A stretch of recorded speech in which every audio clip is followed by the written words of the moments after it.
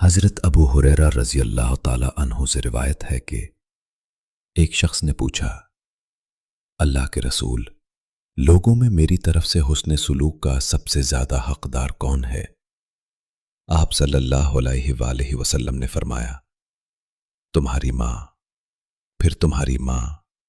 پھر تمہاری ماں، پھر تمہارا باپ، پھر جو تمہارا زیادہ قریبی رشتہ دار ہو، پھر اس کے بعد جو تمہارا قریبی ہو۔ حضرت ابو ہریرہ رضی اللہ تعالی عنہ سے روایت ہے کہ ایک شخص نے پوچھا، اللہ کے رسول، لوگوں میں میری طرف سے حسن سلوک کا سب سے زیادہ حقدار کون ہے؟ آپ صلی اللہ علیہ وآلہ وسلم نے فرمایا، تمہاری ماں، پھر تمہاری ماں، پھر تمہاری ماں،